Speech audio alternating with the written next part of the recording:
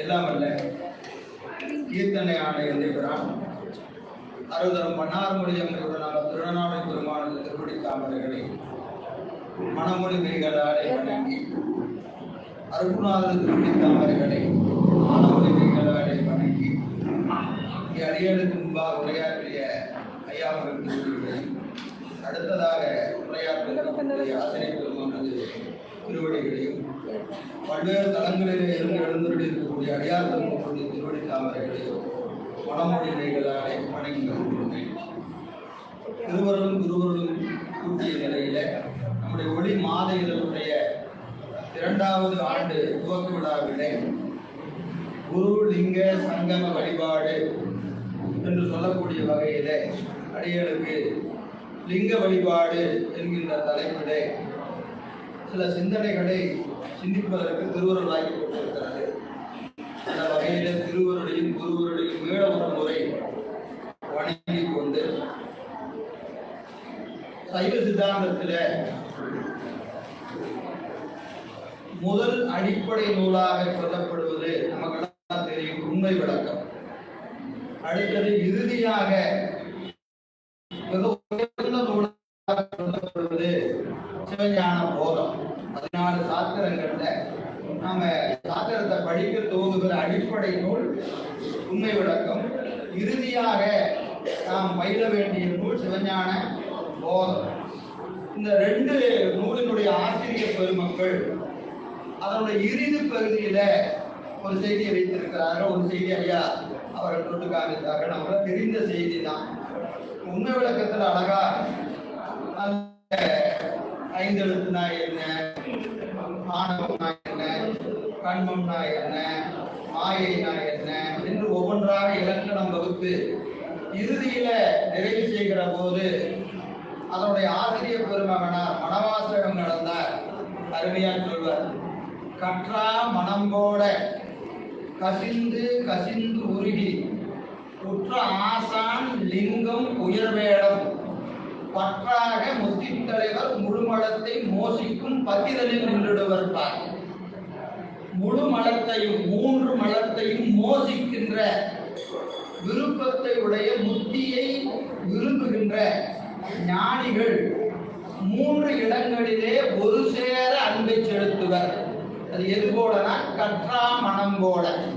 ஒரு கன்றை கண்டு உருகுகின்ற தாய் பசு போல குரு லிங்க சங்கம என்று சொல்லக்கூடிய குரு வழிபாடு, லிங்க வழிபாடு, சங்கம வழிபாடு என்ற 3 இடத்திலும் முத்தியை விரும்புகிற ஞானிகள் ஒரு போலவே அன்பை செலுத்துவர்.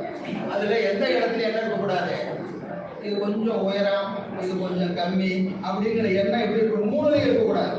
ஒரு குருநாதனை பார்க்கிற போதும், ஒரு சிவலிங்க திருமேனியை தரிசிக்கிற போதும், ஒரு அடியார் திருவேடத்தை தரிசிக்கிற போதும் அந்த ஞானிகளுடைய உள்ள கிடக்கை மாறுபாடு இல்லாம ஒரே மாதிரியான அன்பை அது பெற்றிருக்கும் என்பதை உண்மை விளக்கத்துல காட்டுறார். அப்படியே நமக்கு சிவஞான போதத்துல வந்தா செம்மலர் நோந்தார் சேரலொட்டா அம்மளம் கழி அன்மரோடு மருகி மால் அற நேயம் அழிந்தவர் வேளமும் ஆலயம் தானும் அரணர் கொழுமே. இங்க 2 சொன்னார், 1 சொல்லல. அடியார் வேடத்தையும் திருக்கோயிலிலே இருக்கக்கூடிய சிவலிங்க திருமேனையும் சிவகணவை கண்டு வழிபடுக என்று 2 சொன்னார், 1 சொல்லல. எது சொல்லல? குரு வழிபாட சிவஞான போதத்துல சொல்லல. அப்போ அவர் சொல்லலையோன்னு சொல்ல நினைக்க கூடாது. அங்க என்ன செய்யணும், அறிவித்துக் கொள்ள வேண்டும். குரு லிங்க சங்கம வழிபாட்டை ஒரு சேர பண்ணுகிற ஒரு தன்மை நமக்கு வேண்டும் என்று சைவ சித்தாந்த நூல்கள் அனைத்தும் நமக்கு எங்க தொட்டாலும் இதுதான் இருக்கும், வேற செய்தியே இல்லை. அதுல இப்போ இந்த சித்தாந்தத்தை சொல்லுகிற போது ஒரு வழக்கம் உண்டு. இந்த தத்துவங்களை சொல்லுவோம். உண்மை விளக்கத்துல பார்த்தீங்கன்னா மண் தத்துவத்துல தொடங்கி நாத தத்துவத்துல முடிப்பார். அந்த இலக்கணத்தை சொல்லுகிற போது முதல்ல மண் தத்துவத்தை சொல்லுவாரு, இறுதியாக நாத தத்துவத்தை சொல்லி அந்த 36 தத்துவங்களை வரையறை செய்து காட்டுவார் மணவாசகன் பிறந்தார். அதே சிவபிரகாசம் போனோம்னா முதல்ல நாத தத்துவத்தை சொல்லியிருப்பாரு, கடைசியா மண் தத்துவத்தை சொல்லியிருப்பார். இது தோற்ற முறை ஒடுக்க முறை என்று 2 வரை உண்டு. நம்ம சைவ சித்தாந்தத்தில் 2ஆகவும் சொல்லுகிற வழக்கம் உண்டு, தோற்ற முறை ஒடுக்க முறை.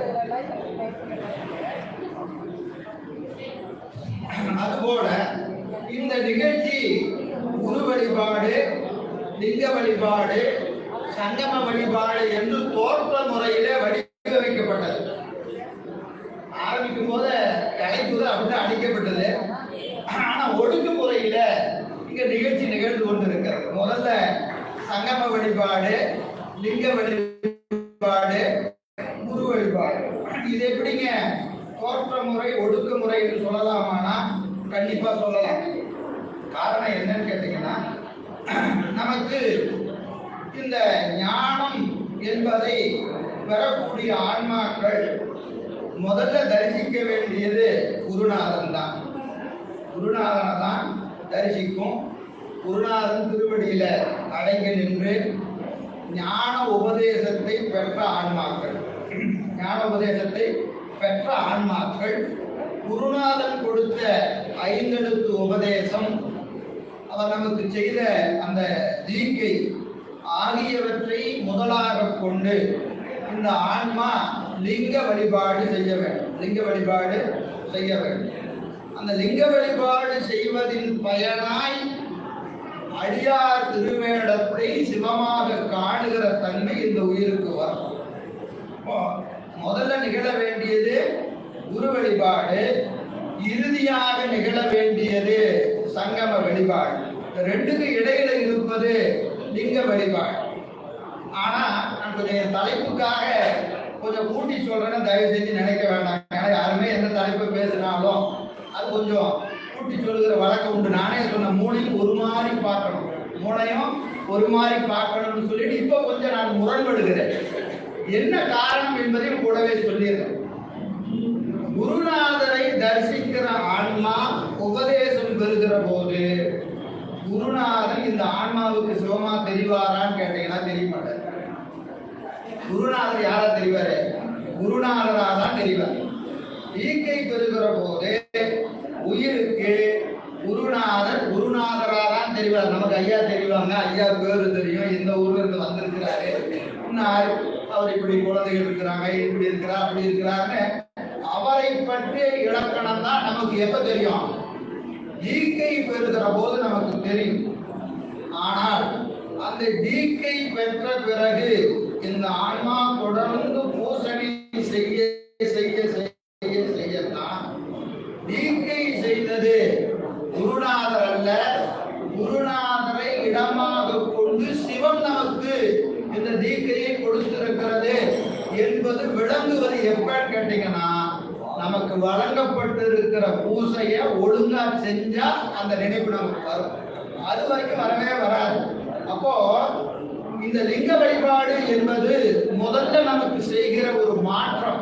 லிங்க வழிபாடு செய்கிற மாற்றம் குருநாதரை சிவமாக பார்க்கிற தன்மை ஆன்மாவின் அருகில விளங்கி நிற்கும். விளங்கி நின்னா பூசை ஒழுங்கா நடக்குதுன்னு அர்த்தம். விளங்கலன்னா இன்னும் பூசை என்ன ஆகல, நடந்துகிட்டு இருக்கு, அவர் புரிய இடத்தை தொடலன்னு அர்த்தம். இப்போ குருநாதர் நமக்கு சிவமா தெரிஞ்சிருந்தார்னா பூசையினுடைய பயன் கிடைத்ததா என்று சொன்னால் இல்லை. என்னைக்கு அடியார் வேடத்தை பார்க்கிற போதெல்லாம் சிவம் நமக்கு நினைவுபட்டு வருகிறதோ, அடியார் வேடத்தை எப்பொழுதெல்லாம் நாம் பார்க்கிறோமோ அப்போ ஒரு சிவலிங்க திருமேனியை தரிசித்ததாக நமக்கு ஒரு அனுபவம் நிகழ்கிறதோ அப்பதான் இந்த பூசையின் பயன் முற்று பெற்றதாக பொருள் கொடுக்கும். அப்போ அந்த தரிசனம் நிகழ்ந்துட்டா போதுமான்னு கேட்டா, அந்த தரிசனம் நிலைபெறுவதற்கும் இந்த பூசனை இன்றியமையாது. எனவே குரு லிங்க சங்கம வழிபாடு என்று சொல்லக்கூடிய 3 இடங்களையும் சிவமாக பார்ப்பதற்கு மிக மிக அடிப்படையானது நாம் பெறுகிற 5 எழுத்து உபதேசம், குருநாதன் நமக்கு கொடுக்கிற பூசணையின் சொன்னா இந்த மூன்று இடத்துலையும் ஒரே மாதிரி அனுபவம் நிகழும். அதற்கு அதனாலதான் இதை எங்க வச்சிருக்கிறாரு, நடுவு வச்சிருக்கிறார். லிங்க வழிபாடு நீங்க முன்னாடி தோற்ற முறையில வந்தாலும் சரி, ஒடுக்க முறையில வந்தாலும் சரி, நடுவில் இருப்பது என்னதுங்க, லிங்க வழிபாடு என்று சொல்லப்படுகிறது. இது நமக்கு நம்ம சைவ சித்தாந்தம் ரொம்ப விரிவாக லிங்க வழிபாட்டை பேசிக் கொண்டிருக்கிறது. நமக்கு தெரியும், பெருமான் கொண்டிருக்கக்கூடிய திருமேனி என்பது மூன்று வகைப்படும். உருவம், அருவம், அருவம், உருவம் என்று சொல்லக்கூடிய மூன்று நிலைகளிலும் பெருமான் வடிவம் தாங்கி வருவான். இது நமக்கு சித்தியார் ஒரு 58வது பாட்டில் சொல்லுவார். உருவமோ உருவாரூபம் ஆனதோ அன்றி அருவமோ இன்று எனக்கு உணர்ந்து. அப்ப இந்த சிவபெருமான் வருவாருன்னு சொல்றிய, உருவமா வருவாரா, அருவமா வருவாரா, உருவமா வருவார்? இந்த மூணுல எப்படியா வருவாரு? ஏன்னா ஒவ்வொரு சமயம் இறைவன் அருவமானவன் ஒரு சமயம் சொல்லுது, ஒரு சமயம் உருவமானவன் சொல்லுது, சில சமயங்கள் அருவுருவம் என்று சொல்லுகிறது ஏற்றுக்கொள்வதில்லை. இப்படி ஒவ்வொரு சமயமும் இறைவன் என்ன வடிவத்துலதான் வருவான் என்ற வரையறை செய்கிறது. உங்க சைவம் சிவபெருமான் எந்த வடிவத்தில் வருவான் என்று சொன்னா ஆசிரியர் சொல்லுகிறார், அருவமும் உருவமும் அருவம் ஆனதும் அன்றி மூன்றும் உள்ளவாமே. இறைவன் உருவமாகவும் வருவான், அருவமாகவும் வருவான், அருவமாகவும் வருவான், மூனையும் கடந்தும் வருவான், மூனையும் கடந்தும் வருவான். இது சரியையாளர், கிரியையாளர், யோகி, ஞானி என்று 4 பேருக்கு 4 வகையான வடிவத்திலே சிவம் அருள் செய்யும் என்று நம்ம ஞான சாஸ்திரங்கள் சொல்லுகிறது. அப்போ இந்த 4 வடிவத்திலையும் திருக்கோயிலுக்குள்ள போனோம்னா எந்த வடிவத்துல கருவறையில பெருமான் இருக்கிறார் என்று பார்த்தா எதுல இருக்கிறாருங்க, லிங்க வடிவத்துல தான் பெருமான் இருக்கிறார். அதற்கு சதாசிவ திருமேனி, சதாசிவ திருமேனி என்று பெயர். அருவுருவ திருமேனி, அருவுருவ திருமேனி. இது பரார்த்த வழிபாடு என்று சொல்லக்கூடியது. எல்லாரும் தீக்கை பெற்றவராக இருக்கலாம், தீக்கை பெறாதவராக இருக்கலாம், யாராக இருந்தாலும் நாம போய் ஒரு திருக்கோயில கருவறையில பெருமானை தரிசித்தால் பெருமான் 99.9 விழுக்காடு. ஒரு சில கோயில்கள்ல திருமேனி இருக்கும், அது கூட சதாசிவ திருமேனிக்கு பின்னாடி இருக்கும். ஆனா கருவறையில் இருக்கிற பெருமான் எப்படி இருப்பாரு, சதாசிவ திருமேனி என்று சொல்லக்கூடிய லிங்க வடிவத்துல தான் பெருமான் இருப்பார். அது போல நாம் தீக்கை பெறுகிற போதும் குருநாதன் நமக்கு வழங்குகிற அந்த வடிவம் சதாசிவ திருமேனியாகத்தான் கொள்ளுகிற வழக்கம் பெரும்பாலும் உண்டு.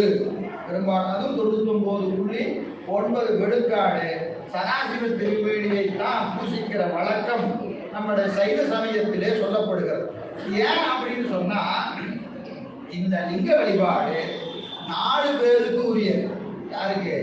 சரியையாளருக்கும் உரியது, கிரியையாளருக்கும் உரியது, யோகிக்கும் உரியது, ஞானிக்கும் உரியது. இந்த 4 வகையான பெருமக்களும் வழிபாடு செய்யக்கூடியது இந்த சதாசிவ திருமேனி. சித்தியார் பாட்டு சொல்லும், உருமேனி தரித்து கொண்டது என்றாலும் உருகிறந்த அருமேனி அதுவும் கண்டோம், அருவுரு ஆனபோது திருமேனி உபாயம் பெற்றோம், செப்பிய மூன்றும் நந்தம் கருவேணி கழிக்க வந்த கருணையின் வடிவுகானே. அவன் உருமேனியா வந்தாலும் சரி, அருமேனியாக வந்தாலும் சரி, அருவுருவ திருமேனியாக வந்தாலும் சரி, எந்த வடிவத்தில் வந்தாலும் சரி, நம்ம முன்னாடி பேசுகிற பெருமான் சொன்னார், நாயன்மார்களை ஆட்கொள்வதற்காக இறைவன் வரக்கூடிய எல்லா திருமேனியும் சதாசிவ திருமேனி தான். அந்த வகையில அவன் கொண்டிருக்கிற வடிவங்கள் எல்லாம் எதற்காக என்று சொன்னால், நாம இன்னொரு முறை வடிவம் பெற்று உருவம் பெற்று கருவின் வழியாக பிறப்புக்கு வரக்கூடாது என்கின்ற கருணையினாலே கருவறையை காணாத கண்முதற் பெருமான் வடிவம் தாங்கி நமக்காக வருகிறான் என்பதை நமக்கு அழகா சித்தியார் பாடல் சொல்லுகிறது. அந்த வகையில நமக்கு இந்த சிவலிங்க திருமேனி லிங்க வழிபாடு என்பது இன்றியமையாத ஒரு வழிபாடாக சைவம் போற்றுகிறது. நமக்கு தெரியும், பார்த்தீங்கன்னா தெரியும். இந்த வழிபாடு 8ஆம் நூற்பா ஐயா ஏற்கனவே அதை அப்படியே தொட்டு எங்கள் வழியை கொஞ்சம் சரியாக அப்படியே பாதை போட்டு கொடுத்துட்டு போயிட்டார். 8ஆம் நூற்பால நமக்கு யார் வராங்க? குருநாதர் வருகிறார். 8ல் குருநாதர் வருகிறார், தீக்கை செய்கிறார். தீக்கை செய்கிற போது அவர் நமக்கு கொடுக்குற அந்த திருமேனி இருக்கு இல்லைங்களா, அந்த லிங்க திருமேனி, அதை எப்படி பூசிக்கணும்னு சிவஞான சித்தியார் சொல்லுது. சிவஞான சித்தியார்ல 271, 272, 273, 274 பாட்டு வச்சிருக்கிறார். சரியாளருக்கு ஒரு பாட்டு, கிரியையாளருக்கு ஒரு பாட்டு, யோகிக்கு ஒரு பாட்டு, ஞானிக்கு ஒரு பாட்டு. 4 பேர் எப்படி இருப்பாங்க அப்படின்னு 4 பாட்டை சொல்றார். இங்க நமக்கு 272வது பாட்டை சொல்றார். சிவபூசை எப்படி செய்யணும்? சிவபூசை கிரியையாளர் தான் பெற்ற சிவபூசையை எவ்வாறு செய்ய வேண்டும் என்பதை சிவஞான சித்தியார் 272 சொல்றார். புத்திர மார்க்கம் புகழின். புத்திர மார்க்கம்னா கிரியையாளர். ஏன்னா குருநாதருக்கு கிரியையாளர்கள் மகன் போன்றவர்கள். அவன் தான் புத்திரன் பேர், ஞான புத்திரன். அவருக்கு புத்திரன் வேற ஒருத்தர் இருந்தாலும் அவர் பொருளுக்குரியவர். ஐயாவுக்கு புத்திரன் இருக்கிறார், அவர் யாருக்குரியவருங்க? பொருளுக்குரியவர். அருளுக்குரியவர் யாரும் நாங்கதான். அருளுக்குரியவங்க நாங்கதான். எங்களுக்கு பேர் என்னங்க? புத்திரன் பேரு, ஞான புத்திரன். ஞான புத்திரன் அவர்கள் கிரியையாளர். கிரியையாளர் புத்திர மார்க்கம் புகழின் என்ன செய்வாங்க? புதிய விரை போது புகை ஒளி மஞ்சனம் அமுது முதலம். பெருமானுக்கு என்ன செய்யணும்? தூப தீப நெய்வேத்தியம். தமிழ்ல சொன்னா புரியாது, வடமொழியில சொன்னா புரியும். தூப தீப நெய்வேத்தியம் தமிழ் அழகா சொல்லிருக்கு. புதிய புத்திர மார்க்கம் புகழின் புதிய விரை போது நல்ல தேன் பொருந்திய மலர்கள், தேன் பொருந்திய மலர்கள், புதிய விரை போது புகை ஒளி மஞ்சனம், தீப தூப நெய்வேத்திய அப்படியே யார் செய்யணும்? புத்திர மார்க்கம் பெற்றவர்கள், கிரியையாளர்கள் குருநாதன் திருவடியை பணிஞ்சு உபதேசம் வாங்கி என்ன செய்யணும்? தினந்தோறும் சிவபூசை செய்யணும். சிவபூசை எப்படி செய்யணும்? அவருக்கு தூப தீப நெய்வேத்தி எல்லாம் கொடுத்து அந்த பூசை செய்யணும்னு சொல்றார். புதியவரை போது புகையொளி மஞ்சனம் அமுது முதலா 5 சுத்தி செய்து, 5 வகையான சுத்திகள் சிவபூசையில ஒரு அங்கம். சிவபூசையுடைய அங்கம் 5 சுத்தி இருக்கு. என்னது? தான சுத்தி, தான சுத்தி, பூத சுத்தி, திரவிய சுத்தி, மந்திர சுத்தி, லிங்க சுத்தி. இதெல்லாம் நம்ம செய்யறோமா அப்படின்னு நமக்கு பூசை செய்யறவங்களுக்கு ஒரு சந்தேகம் வரும். தெரிஞ்சு செய்யறோமோ தெரியாம செய்யறோமோ, நீங்க செய்யக்கூடிய பூசையில இந்த 5 இருக்கு. ஐயா ஒரு புத்தகம் கொடுத்துருப்பாங்க, இதெல்லாம் படிங்கன்னு சொல்லியிருப்போம். அதெல்லாம் பார்த்து பண்ணுவோம். ஆனா நமக்கு என்ன தெரியாது? இது பூத சுத்தின்னு தெரியாது, இது லிங்க சுத்தின்னு தெரியாது. ஆனா இந்த 5 எங்க இருக்கிறது? நாம் செய்யக்கூடிய அந்த கிரிகைகளிலே இந்த 5 வகையான சுத்தியும் இருக்கிறது. இதுல பூத சுத்தி என்பது இந்த ஆன்மாவை சுத்தி செய்தல், ஆன்மாவை சுத்தி செய்தல். தான சுத்தி பூசை செய்யற இடத்தை சுத்தி செய்கிறது, இடத்தை சுத்தி செய்கிறது. அடுத்தது திரவிய சுத்தி, நாம் செய்கிற பூசை பொருள்களை எல்லாம் சுத்தி செய்கிறது. அடுத்தது மந்திர சுத்தி, பூசையில நாம் பயன்படுத்தக்கூடிய மந்திரங்களை என்ன செய்வதுங்க? சுத்தி செய்கிறது. அடுத்தது லிங்க சுத்தி, லிங்கத்தை சுத்தி செய்யறது. இது சுத்தி செய்யறதுன்னா என்னது? நல்லா சோப்பு போட்டு கழுவுறதா? சுத்தினா என்னது சுத்தி அப்படின்னு கேட்டீங்கன்னா, பாசத்தை நீக்கி சிவத்தை பதிய வைத்தல் பேர். பாசத்தை நீக்கி சிவத்தை பதிய வைத்தல். காரணம், சிவத்தினுடைய இலக்கணம் பாச ஞானத்தாலும் பசுஞானத்தாலும் பார்ப்பரிய பரம்பரை. சிவபெருமான பாசஞானத்தால பற்ற முடியாது, பசுஞானத்தால பற்ற முடியாது. பதிஞானத்தால மட்டும்தான் சிவத்தை நாம காணவோ தரிசிக்கவோ அனுபவிக்கவோ முடியுமே அன்றி பாசத்தாலும் பசுவாலும் பெருமானை பற்ற முடியாது, பெருமானை அனுபவிக்க முடியாது. அப்ப இந்த பூஜையெல்லாம் செய்யறதெல்லாம் வேஸ்ட் ஆயா? நம்ம செய்யறதெல்லாம் என்னது பாசம் தான். என்ன வச்சிருக்கோம்? பூ வச்சிருக்கிறோம், மாயாகாரியம். லிங்கம் வச்சிருக்கிறோம், மாயாகாரியம். என்ன திரவு வச்சிருக்கிறோம், மாயாகாரியம். எல்லாம் மாயாகாரியம் தான். இதை வச்சுட்டு ஒன்றும் பண்ண முடியாதானா? அதற்குத்தான் நாம் செய்கிற பூசைகளிலே இந்த கிரியைகள் வைக்கப்பட்டிருக்கிறது. பாச தொடர்பை நீக்கி, மாயா சம்பந்தத்தை நீக்கி, சிவத்தை அது என்ன செய்யறது? பதிய வைத்த.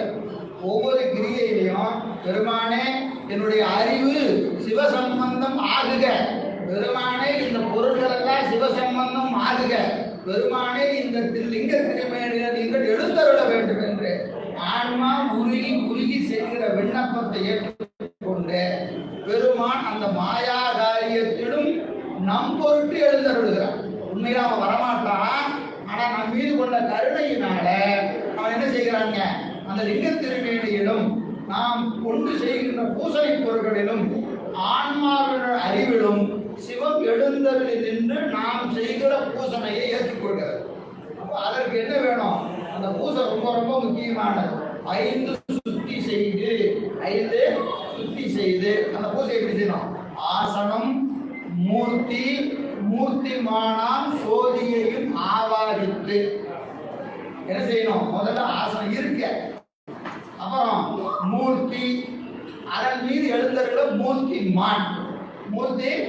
இப்போ ஆசனம்னா என்னதுங்க? நம்ம பூசை பண்ணும் போது செய்வோம். என்ன ஆசனம்? வரிசையா சொல்லுவோம். என்னதுங்க? ஒவ்வொரு இருக்கையா சொல்ல மாட்டீங்கன்னா, ஆமை இருக்கை போற்றி, அரண் இருக்கை போற்றி, சிம்ம இருக்கை போற்றி, இதெல்லாம் என்னதுங்க? பெருமான் எழுந்தருளுவதற்கான இருக்கை. முதல்ல ஒருத்தர் வரான ஐயா வந்தானா, ஐயா உட்காருங்கன்னு முதல்ல ஒரு என்ன போடுவோம்? ஒரு இருக்கை போடுவோம். அப்புறம் ஐயா உட்காருங்கன்னு சொல்லுவோம் இல்லையா? அப்போ பெருமான் என்ன செய்யறது? அவன் எழுந்தருளுவதற்கான பஞ்சாசன வேதிகை என்று சொல்லுவாங்க வேதி குண்டத்துல. 5 வகையான ஆசனம், அந்த மாதிரி பல வகையான ஆசனம் இருக்கு. அதெல்லாம் நம்ம பூஜையில செய்யணும். செஞ்சு அது மூர்த்தி யாருங்க? நம்ம வைத்திருக்கிற லிங்க திருமேனி. ஒரு ஐம்பொன்ல இருக்கலாம், கல்லுல இருக்கலாம், படிகத்துல இருக்கலாம், எதுல வேணாலும் இருக்கலாம். அது மூர்த்தின்னு பேரு. மூர்த்தி மான் யாரு? நீங்க செய்கிற போது கேப்பா எந்த ஊர் நீன்னு கேட்பாரு. ஏன்னா அண்ணாமலைங்க, உங்களோட உடையவருக்கு அண்ணாமலையார்னு பேருங்க. நான் இந்த ஊருங்க, உன் உடையவருக்கு இன்னும் பேருங்க. அவர்தான் மூர்த்தி மான். அப்ப என்ன இருக்குங்க? பெருமானை எழுந்தருள் செய்கிற போது ஆசனம், மூர்த்திமான், சோதியையும் ஆவாகித்து. சோதினா நாங்க பரசிவத்தை இந்த மூர்த்தி மானாக எதுல ஆவாய்க்கணும்? நாம செய்கிற பூசையில இருக்கக்கூடிய மூர்த்தியில எழுந்தருள் செய்து சுத்த பத்தியினால். அதனால பத்தியில என்ன சுத்தம் இருக்கு? பத்தி தானே, பத்தியில என்ன சுத்தம் இருக்கிறது? அப்ப அசுத்த பத்தி நல்லா இருக்கா? அசுத்த பத்தி நல்லா இருக்கான்னா என்னதுங்க? நான் பூசிக்கிறேங்கிற தற்போதை இல்லாம பூசை பண்ணணும். அதுக்கு பேர் தான் சுத்த பத்தின. ஏன்னா பூசை செய்கிறவங்க நல்லா பூசை பண்ணுங்கன்னு சொன்னா பூசை பண்ணலன்னு அர்த்தம். நான் நல்லா பூசை பண்ணுனேன்னு சொன்னா பூசை ஒழுங்கா பண்ணலன்னு அர்த்தம். ஏன்? பெருமான் நம்மை பூசிக்க வைத்திருக்கிறார். இன்றைய பூசை பெருமான் கொடுத்த திருவருள். அவன் நமக்கு இட்ட பிச்சை. நேற்று செஞ்ச பூசை இன்றைய பூசைக்கான ஆதாரம். இன்று செய்கின்ற பூசனை நாளைய பூசைக்கான ஆதாரம்.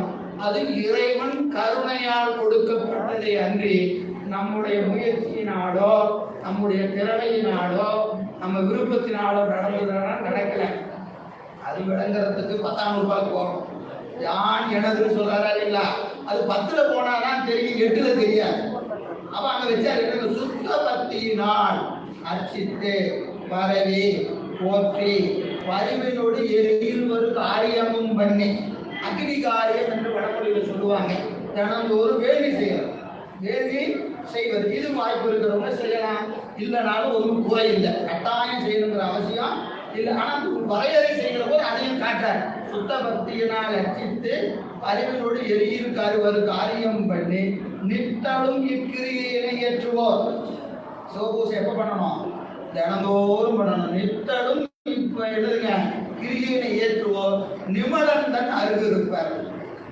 நிமலந்தன் அருகிருப்பர் சாலோக பதத்தை பெறுவர். இறைவனுக்கு அருகாமையிலே இருக்கக்கூடிய அந்த பதமுத்தியை பெறுவர் என்று 8ஆம் நூற்பாட 272வது பாட்டுல சிவபூசையை சொல்றார். அதே ஆசிரியர் பெருமகனால் 9வது நூற்பாலை சிவபூசை சொல்றார். 9லையும் சிவபூசை சொல்றார். இது என்ன வேறுபாடு? அப்ப 8லயே சொல்லிட்டாரு. 9ல திருப்பி அந்த சிவபூசையை சொல்லணுமா? 8லயே சிவபூசை சொல்லியாச்சு. அப்ப 9லயே சொன்னா என்ன ஆகும்? கூறியது கூறல் குற்றம் சொல்லுது. கூறியது கூறல் குற்றம் சொன்னதையே திரும்ப சொன்னால் என்னதுங்க? இலக்கணப்படி குற்றம். இலக்கணப்படி குற்றம். அப்ப 8ஆம் நூற்பால சிவபூசை சொன்ன ஆசிரியர் பெருமகனார் 9லையும் சிவபூசை சொல்லுகிறாரே என்று கேட்டா அது கிரியா பூசை, இது ஞான பூசை.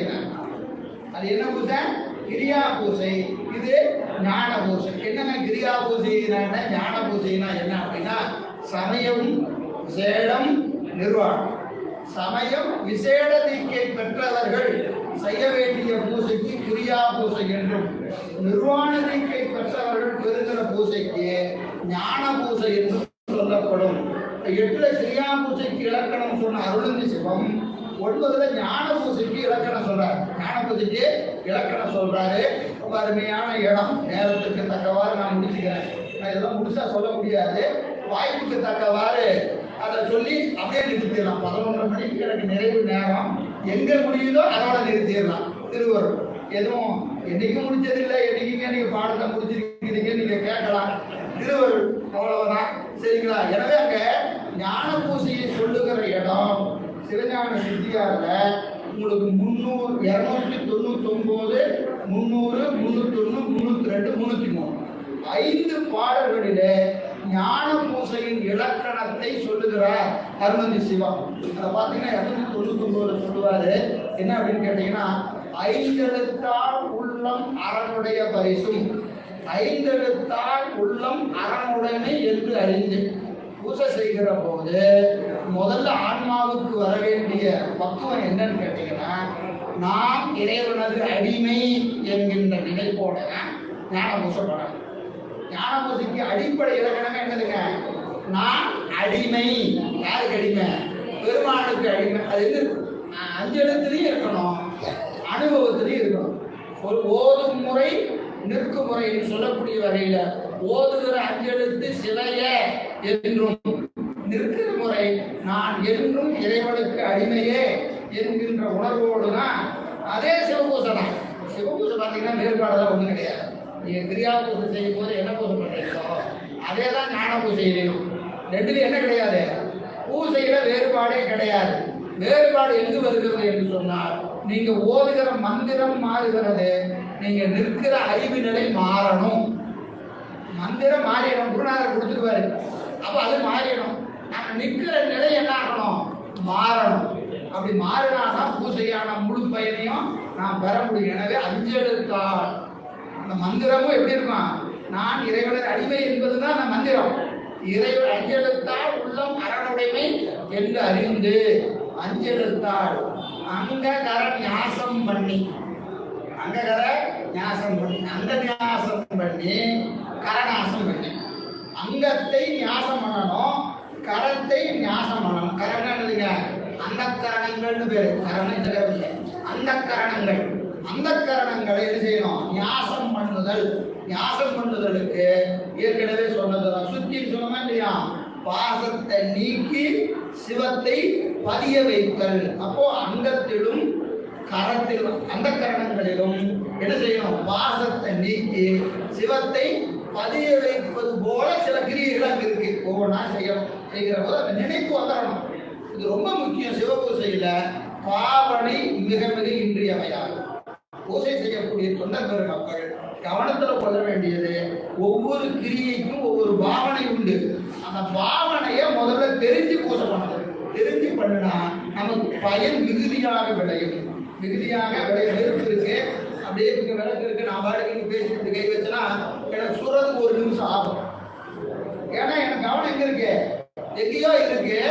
தெரியாம கை வச்சுட்டேன். சுடுவதற்கு 1 நிமிடம் காலதாமதமாகும். சுட்ட பிறகு எனக்கு தெரியறதுக்கு 1 நிமிஷம் ஆகும். பார்த்துட்டு கையை கொண்டு போனா பக்கத்துல போகும்போதே சுடும்.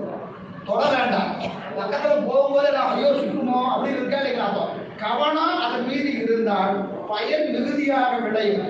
சிவபூசை செய்கிற போது ஒவ்வொரு கிரியைகளுக்கும் ஒவ்வொரு பாவனை உண்டு. அந்த பாவனையை செய்யணும். அது மொத்தமா சொல்வதுதான் சிவோகம் பாவனை. ஒரே வார்த்தையில சொன்னா சிவோகம் பாவனை. ஆனால் ஒவ்வொன்றும் என்ன இருக்கு, ஒவ்வொரு பாவனை இருக்குது. அங்ககர ஞாசம் பண்ணி அஞ்செழுத்தால் என்ன செய்யணும், 3 இடத்துல பெருமான பூசிக்கணும்னு சொல்ற. 3 இடத்துல இதயத்து அச்சிட்டு குண்டலியில் அனலை ஓங்கி கோதண்டம் அணைந்து, இதயத்தில் அச்சிட்டு இதய தாமரையில பெருமான பூசணம் பண்ணணும், அபிஷேகம் பண்ணணும். இதுக்கு பூசாத்தானம் என்று சொல்லப்படும். இதயம் என்பது சிவபூசைக்குரிய பூசாத்தானம், பூசை செய்கிற இடம். இந்த உந்தி என்பது என்னதுங்க, அது வேள்வித்தானம்னு பேர், வேள்வி செய்யணும். அப்புறம் புருவ நடு என்பது தியானத்தானம் என்று சொல்லப்படும். அப்ப இந்த சிவபூசையில 3 இடம் முக்கியமான இடம். இதயத்து அச்சிட்டு குண்டலியில் அனலை ஓம்பி அனைவறிவ கோதண்டம் அணைந்து அருளின் வழி நின்று. இது 3 இடத்துல எப்படி இருக்கணும், அருள் வழி நின்று இதயத்து அச்சிட்டு, அருளின் வழி நின்று குண்டலியில் அனலை ஓம்பி அருளின் வழி நின்று அந்த புருவ நடுவுல தியானத்தை செய்யணும். தியானத்தை செய்தா என்ன ஆகும் அப்படின்னு கேட்டீங்க, மதி அருக்கன் அணையறவும் போல் ஆன்மாவில் தோன்றுவன் ஆனே. இதுதான் ரொம்ப ரொம்ப முக்கியமான வரி. ஏன் சிவபூசை பண்ணணும் அப்படிங்கிறதுக்கு இந்த இடத்துல தான் விடை சொல்லுகிறார் நம்முடைய ஆசிரியர் பெருமகனார். நமக்கெல்லாம் தெரியும், 2 கிரகம் நம்ம கண்ணுக்கு தெரியாது. 2 கிரகம் கண்ணுக்கு தெரியாது. எதுங்க,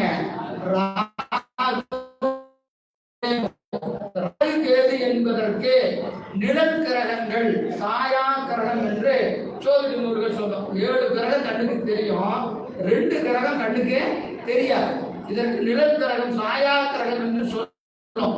இந்த 2ஐயும் பார்க்கணும்னா என்ன வரணும், சூரிய கிரகணம், சந்திர கிரகணம். இந்த 2ஐயும் பார்க்கறதுக்கு ஒரே வழி என்னன்னு கேட்டீங்கன்னா, சூரிய கிரகணத்துல ஒரு இதையும் ஒரு இதையும், சந்திர கிரகணத்துல ஒன்றையும் நாம் பார்க்கலாம். அதை தவிர இந்த 2ஐயும் பார்ப்பதற்கு வேறு வாய்ப்பு இல்லை, வேறு வாய்ப்பே இல்லை. அது போல ஊமை சொல்றேன். அது போல இப்போ பெருமானை எங்க பார்க்கணும், அறிவில பார்க்கணும். அறிவில பார்க்கணும். என்னதான் உத்து பார்த்தாலும் பெருமான் தெரிய மாட்டேங்கிறான், வெளியவே தெரிய மாட்டேங்கிறோம். அங்க போய் நின்று பார்த்தா சிவலிங்க திருமேனி பார்க்கறத விட்டுட்டு மாலை நல்லா இருக்கு, கிரீட நல்லா இருக்கு, அலங்காரம் நல்லா இருக்குன்னு பார்க்கறோம். பெருமானை பார்க்கறோமான்னு கேட்டா தெரியல. அறிவுக்கு அறிவாக இருக்கிற பெருமானை பார்க்கணும், எப்ப பார்த்தாலும் தெரிய மாட்டாங்க. எது போல இந்த 2 கிரகங்களும் எப்பொழுதும் தெரியாது, எப்போதான் தெரியாது. தெரிவது ஒரே இடம், அதற்குரிய கிரகண காலங்களிலே தெரியும். அதுபோல அவரவர் அறிவில் இருக்கிற சிவத்தை தரிசிக்கணும்னா பூசைய இதயத்தானத்திலும் இந்த உந்தித்தானத்திலும் புருவ நடுவிலையும் பூசை செய்கிற போது ராகு கேது கிரகம் தெரிவது போல அறிவுக்கு அறிவாக மறைந்திருக்கிற சிவம் அறிவிலே வெளிப்பட்டு தோன்றும், அறிவில வெளிப்பட்டு தோன்றும். அப்ப அறிவில பெருமான தரிசிப்பதற்கு ஒரே வாய்ப்பு குருநாதர் நமக்கு கொடுத்த சிவபூசை தான். அதை தவிர வேற எந்த இடத்திலும் சிவத்தை நீங்க என்ன செய்ய முடியாது, தரிசிக்க முடியவே முடியாது, முடியவே முடியாது. அப்போ அங்க தரிசித்த பிறகு என்ன நிகழும் கேட்டீங்கன்னா, அறிவின் மாற்றங்கள் அங்கதான் நிகழும். அதன் பிறகுதான் அறிவினுடைய தன்மை என்ன ஆகும், மாறும். நாளோறும் இந்த நெறியில நின்று நாம பெருமான பூசித்துக்கிட்டே வந்தோம்னா, ஞான பூசை செஞ்சா அறிவில் இருக்கிற ஆணவ மலம் மெல்ல மெல்ல மெல்ல மெல்ல மறையுங்கிற, மெல்ல மெல்ல மறை. அதனாலதான் 301 சொல்லுவார், அந்தரி யாகம் தன்னை புத்தி சாதனம். புத்தி சாதனம் எது, அகப்பூசை. நீங்க முத்தி அடையணும்னு விருப்பம் இருந்தா கட்டாயம் சிவபூசை பண்ணணும். சிவபூசையில அகப்பூசை பண்ணணும்னு சொல்லுவார். அந்தரி யாகம் தன்னை முத்தி சாதனமாய் அடைந்திடுவர். அதுதான் ஆன்ம சுத்தியாகும். ஆன்மா சுத்தி அடையணும்னா அந்த யாகம் பண்ணணும், அகப்பூசை பண்ணணும். ஏன்னு கேட்டீங்கன்னா அழகா சொல்லுவார், என்னதுங்க, அந்த பூசை பண்ண பண்ண பண்ண என்ன ஆகுன்னு கேட்டீங்கன்னா, தர்ப்பணத்தை விளக்க வந்துடும் அவ்வொழி போல ஒரு ஓம சொல்லுவார். ஏன்னா சித்தியாரில் ரொம்ப சிறப்பு என்னன்னு கேட்டீங்கன்னா, ஒவ்வொருக்கும் ஒரு ஓம சொல்லியிருப்பார். ஓம புரிஞ்சுன்னா கருத்து புரிஞ்சிடும். ஒரு கண்ணாடி இருக்கு, அது துடைக்கவே இல்லை. எப்படி இருக்கு? பலகாலமா குப்பை படுத்திருக்கு, பலகாலம் குப்பை படுத்திருக்கு. போய் முன்னாடி நின்று பார்த்தா நம்ம உருவம் தெரிய மாட்டேங்குது, உருவம் தெரிய மாட்டேங்குது. என்ன செய்யறது? ஒரு தடவை தொடச்சி பார்த்தா அப்படியே தான் இருக்கு, ரெண்டாவது தடவை தொடச்சி பார்த்தா அப்படியே தான் இருக்கு. என்ன செய்யணும்? தினந்தோறும் துடைக்க துடைக்க துடைக்க கொஞ்சம் நிழலாடுற மாதிரி இருக்கு. முதல்ல உருவமே தெரியல, இப்போ என்ன ஆகுது? ஒரு அவுட்லைனே தெரியுது. அப்புறம் என்ன செய்யுது? இன்னும் கொஞ்சம் துடைச்சா கொஞ்சம் ஏதோ தெரியுதுயா. தினந்தோறும் துடைக்க துடைக்க துடைக்க என்ன ஆகும்? ஒரு கால எல்லையில அந்த அழுக்கு முழுமையா நீங்கும். இந்த உருவம் அது எப்படி தெரியும்? படிச்சுன்னு தெரியும், படிச்சுன்னு தெரியும். கற்பனத்தை விளக்கணும், தூய்மை செய்ய.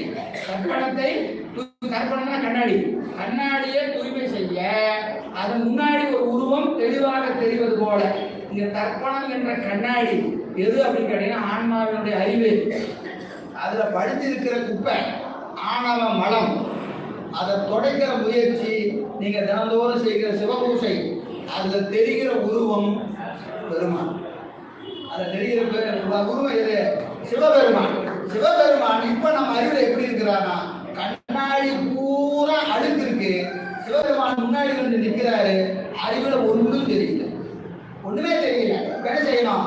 இன்னைக்கு பூசை பண்ணியாச்சியா, பூசை முடிஞ்சதுன்னா கண்ணாடி ஒரு தடவை தொடச்சாச்சு, ஒரு தடவை தொடச்சாச்சு, நாளைக்கு ரெண்டாவது தடவை தொடச்சி. தினந்தோறும் தொடக்க தொடக்க தொடக்க என்ன ஆகும்? சிவன் இருக்கிற மாதிரி தெரியும், இருக்கிற மாதிரி தெரியும். சரி, அப்புறம் அந்த முயற்சி பல நாளும் தொடர்ந்து நடக்கிற போது ஒரு கால எல்லையில் அதில் இருக்கிற அறியாமை என்று சொல்லக்கூடிய அந்த குப்பை முழுமையாக நீங்குகிற போது ஆன்மாவின் அறிவிலே சிவம் பிரகாசிக்கும். சிவம் பிரகாசிச்சியா? எனக்கு சிவம் பிரகாசி. இந்த பக்கம் குருநாதரை பார்த்தா சிவமா தெரிவார், பார்த்தா சிவமா தெரியும். ரெண்டு சிவமா தெரிஞ்சிருச்சுன்னா இங்க நடந்தது குப்பை போயிடுச்சு. அது வரைக்கும் முயற்சிகள் நடந்து கொண்டு இருக்கிறது. அது இல்லைன்னு குறை சொல்ல முடியாது. நாம் செய்கிற பூஜைகளை ஒன்றும் குறை சொல்ல முடியாது. அவரவர் இடைவெளி, அவரவர் வந்தனர், அவரவருக்கு பெருமான் எவ்வளவு விதிச்சிருக்கிறாரோ அன்னைக்கு அந்த பூஜை நடக்கும். ஆனால் அந்த பூஜையின் நிறைவு என்பது என்னன்னு கேட்டீங்கன்னா, போற்றிப்பவருடைய எல்லாம் அழகா சொல்லுவார். என்னன்னு கேட்டீங்கன்னா, ரெண்டு இடம் சொல்லுவார், அடிக்கடி சொன்ன இடம் தான். அடியாரை பார்க்கிற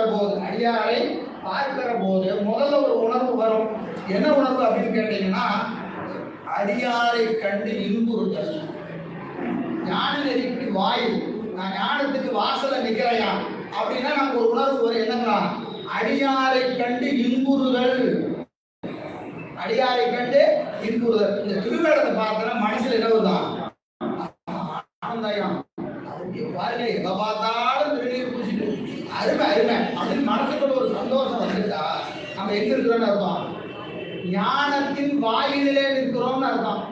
ஞானத்தின் வாயிலே நிற்கிறோம். நான் சொல்ற போற்றிப்பவருடைய உமாவீஸ்வரர் சொல்றார், அடியாரை கண்டு இன்புறுதல் உய்யும் நெறி சிறிதே உண்டாக்கி. உய்கின்ற நெறி, ஞான நெறி தான். ஞான நெறிக்கு வாயில நிற்கிறவங்களுக்கு வேடத்தை பார்த்தா என்ன வரும்? மகிழ்ச்சி தோன்றும். சரிங்க, ஞானம் வந்துருச்சு, வாசல் இருந்து எங்க போயிட்டாரு? உள்ள போயிட்டாரு. அப்ப அவருக்கு என்னங்க வரும்? அவர் ஞான நெறியில நிக்கிறார்.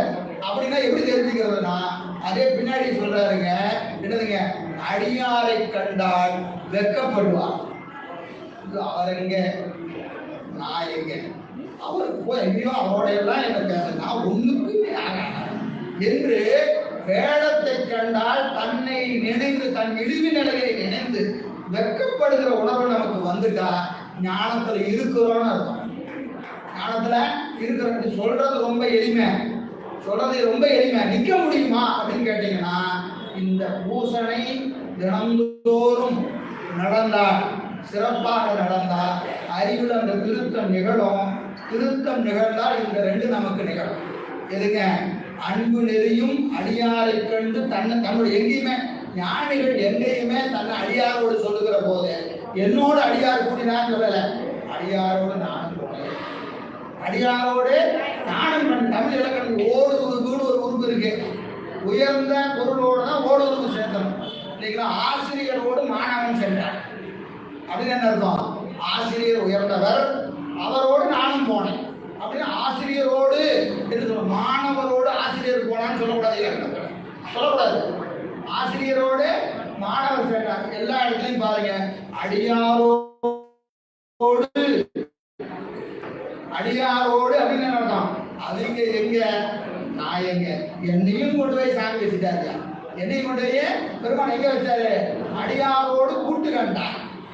உன் அடியார் திருக்கூட்டத்தில் இருக்கும் அருளை புரியா என்று சொல்கிறாரா இல்லைங்களா? இந்த நிலை குரு வழிபாட்டிற்கும் சங்கம வழிபாட்டிற்கும் ரெண்டுக்கும் ஒன்று போல பார்க்கிற தன்மை நிகழ வேண்டும் என்று சொன்னால் லிங்க வழிபாடு சிறப்பாக நிகழ வேண்டும், சிறப்பாக நிகழ வேண்டும். ஒரே ஒரு பாட்டை சொல்லி நிறைவு செய்கிறேன். என்னன்னு கேட்டீங்கன்னா, சித்தியாரியா தான் சொல்றாரு, இந்த சிவலிங்க திருமேனி யாராருக்கு எப்படி காட்சி கொடுக்கும், யாராருக்கு எப்படி காட்சி கொடுக்கும் என்று சொல்லுகிற போது சரிகையாளருக்கு லிங்க திருமேனியிலே பெருமான் மறைந்து அருள் செய்வான்னு சொல்றார். லிங்க திருமேனியில சிவபெருமான் எப்படி அருள் செய்வானா? மறைந்து அருள் செய்வான், மறைந்து அருள் செய்வான். ஏன்னா அவர்கள் அந்த உருவம் தான் சிவம் என்று கண்டு வழிபடுவார்கள். அந்த லிங்க திருமேனி இருக்கா இல்லையா, அதுதான் சிவம் என்று கண்டு வழிபடுதல் சரிகையாளருக்கு உரியது. அவர்களுக்கு லிங்க திருமேனியிலே பெருமான் எப்படி வருவான்? மறைந்து அருள் செய்வான். கிரியையாளருக்கும் யோகிக்கும் விறகில் தோன்றுகிற நெருப்பு போல, விறகில் தோன்றுகிற நெருப்பு போல அவர்கள் எப்படி பார்ப்பாங்கன்னா, மந்திரத்தில் வடிவாக சிவலிங்க திருமேனியை பார்ப்பாங்க. சிவலிங்க திருமேனி எப்படி பார்ப்பாங்க? மந்திர வடிவாக பார்ப்பார்கள். மந்திர வடிவாக பார்க்கிற கிரியையாளருக்கும் எல்லா இடத்திலும் இருக்கிற பெருமான் இங்கேயும் இருக்கிறான் என்று பார்க்கிற யோகிக்கும் எப்படி வருவானா? விறகில் நெருப்பு போல. கொஞ்சம் கடைந்தா தோன்றும். விறகுல நெருப்பு எப்படி வரும்? முயற்சி பண்ணுனா வந்துருமா இல்லையா? கொஞ்சம் கடையணும், வந்தா அங்க வந்து நெருப்பு வந்துடும். அதுபோல அந்த சிவலிங்க திருமேனியில யோகிக்கும் கிரியையாளருக்கும் விறகில் தீ போல நின்று பெருமான் அருள் செய்வான். ஞானிகளுக்கு கன்றை கண்ட தாய் பசு போல. ஞானி அந்த பெருமானுக்கு முன்னாடி நின்னா எப்படி ஒரு கன்றை கண்டா தாய் பசு என்ன மடி கணக்கு அப்படியே பால் சொல்லும். எந்த முயற்சியும் வேண்டாம், கன்றை பார்த்தாவே மடியில பால் சுரக்கும்.